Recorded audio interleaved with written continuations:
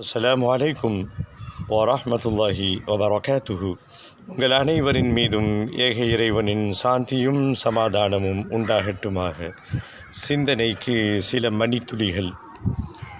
போனால் போகட்டும் போடா.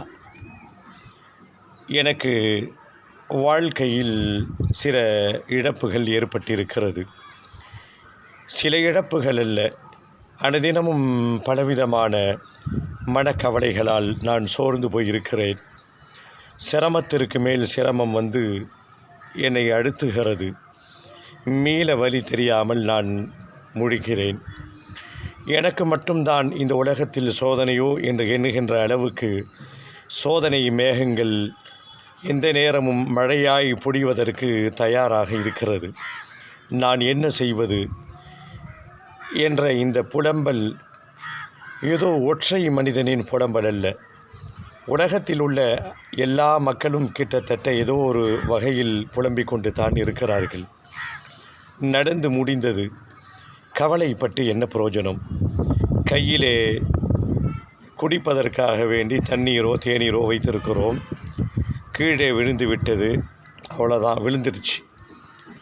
அடுத்து தேநீரோ தண்ணீரோ எடுத்து குடிக்கணும், அவ்வளோதான வாழ்க்கையை தவிர இழந்ததை நினைத்து போனதை நினைத்து ஆகா வட போயிருச்சே என்று கவலைப்படுபவர்கள் நிகழ்காலத்தினுடைய நிம்மதியை இழக்கிறார்கள்.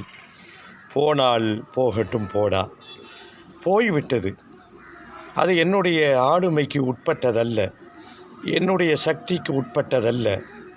போகணும்னு நாடி இருக்கு, போயிருச்சு. இதை நான் நினைத்து கொண்டிருப்பதனால் அது திரும்பி மீண்டு வந்துவிடுமா?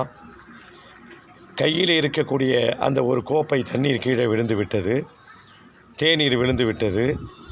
அடுத்த கோப்பைக்கு முயற்சி செய்யணுமே தவிர ஆகா இப்படி போயிருச்சே என்று நினைப்பவர்கள் இலக்கை அடைவது கொஞ்சம் சிரமம்தான். அவர்கள் நிகழ்காலத்திலே அவர்கள் புடுங்கி கொண்டிருப்பார்கள் என்பதும் நிதர்சனமான உண்மை. போனால் போகட்டும் போடா என்ற மனோநிலையில் இருப்பவர்கள் என்றைக்கும் மகிழ்வான நிலைக்கு தங்களுடைய மனோநிலையை அவர்கள் அமைத்து கொள்வார்கள். போனால் போகட்டும் போடா தொடரும். புரிந்து கொள்வதற்கு இறைவன் அருள் புரிவானாக.